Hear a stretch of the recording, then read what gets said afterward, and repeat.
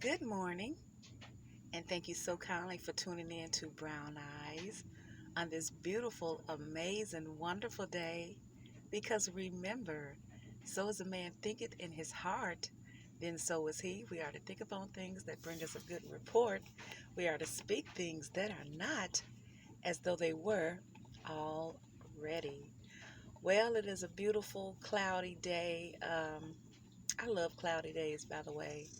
The rain is always welcome here because it's something about, I don't know, it's something about the cleansing of the rain, the solitude in it. But what I wanted to do, I'm up early. I'm always up early. I've really been up early, but I just got back from taking care of a little business as I always do.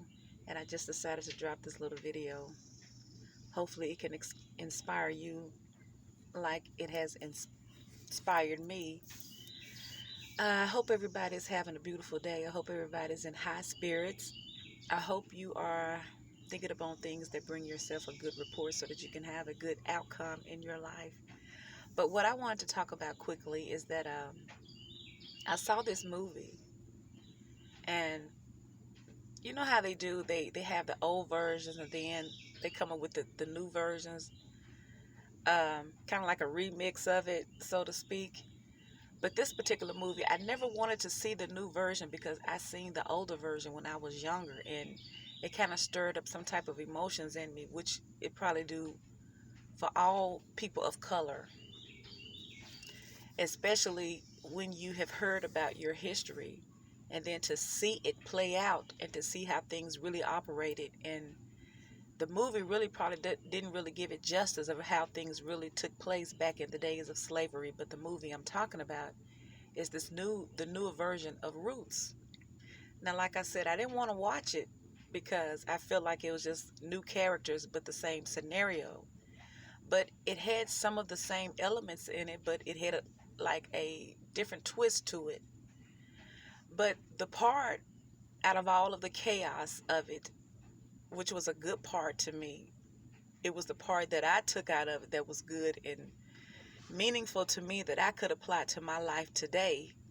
And I hope that you can use it as well in the midst of all of that chaos, in the midst of the storms, because this part of the scene, Kunta Kinte, he was a young man and he had been captured into slavery. And he was in the bottom of the ship being transported to America. And needless to say, the conditions down there was just horrendous.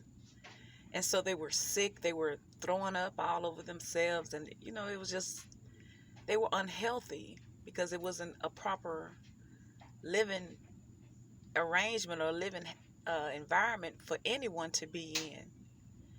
So, they took pride in their slaves to the point where they would beat them, but they had to make sure that they were still sellable.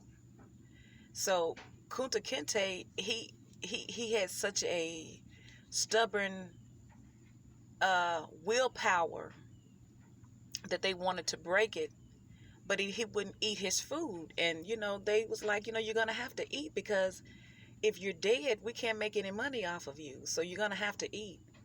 So they was forced to force feed him, and he eventually spit it out.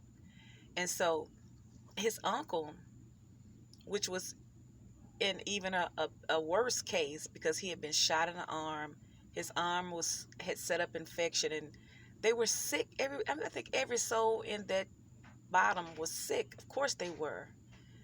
So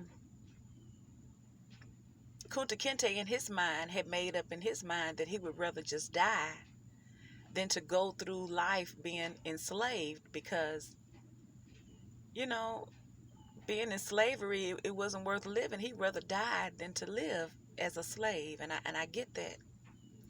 So his uncle told him, he said, Kunta, he said, remember your family. He said, live to see. And I tell you, when he said live to see, that just really spoke to me because, a lot of times we get so caught up in the process of the journey and all of its ups and downs and its turnarounds and its turmoils and its strifes and its confusions and its conflicts and the confusement of it all, that we forget that although that time or that day or that season may not be favorable to you, it has to turn around some kind of way. It has to turn around, because that is the balancing act. That's the yin to the yang of the universe. Even as rough as it may be, it still has to balance itself. The universe will make sure that it balances itself. So he's telling him, live to see. You don't know what will happen in your life if you give up. So if you have a project, if you have any endeavor that you are embarking, that you're planting seeds that you want to grow, any part of your life, and you're feeling discouraged in any aspect of it, live to see. Live to see what the end is going to be, because the majority of the time, which, the only way you're going to give up is to commit suicide, let's just be real, or just to die. Because a lot of times we feel like we're at our wits' end at some point of our lives. We feel like this is too much, it's burdensome. And we feel like in our soul, in our spirits, we feel like it's over. We give up. We feel like we are physically throwing in the towel, but spiritually, you still have fight in you. Now, it comes from the universe, of course. It comes from a higher power, but it's so many things that we don't understand, we don't see with the natural eye, that's taking place behind the doors on our behalf. And I think the universe is just asking us to continue to press forward, just so you can see. So if you've planted good things and you're giving up, how can you see your reward? How can you see your harvest if you're giving up in whatever it may be? It could be a diet.